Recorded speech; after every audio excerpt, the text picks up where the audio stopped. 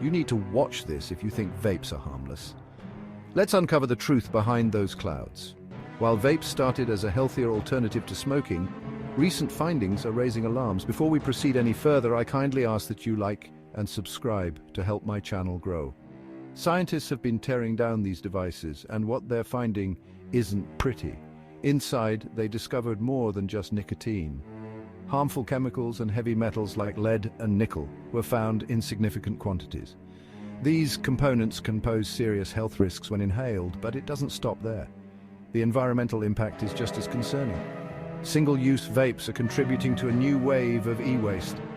Valuable materials like aluminum and lithium are being wasted, and the lithium batteries inside can even cause fires in waste facilities.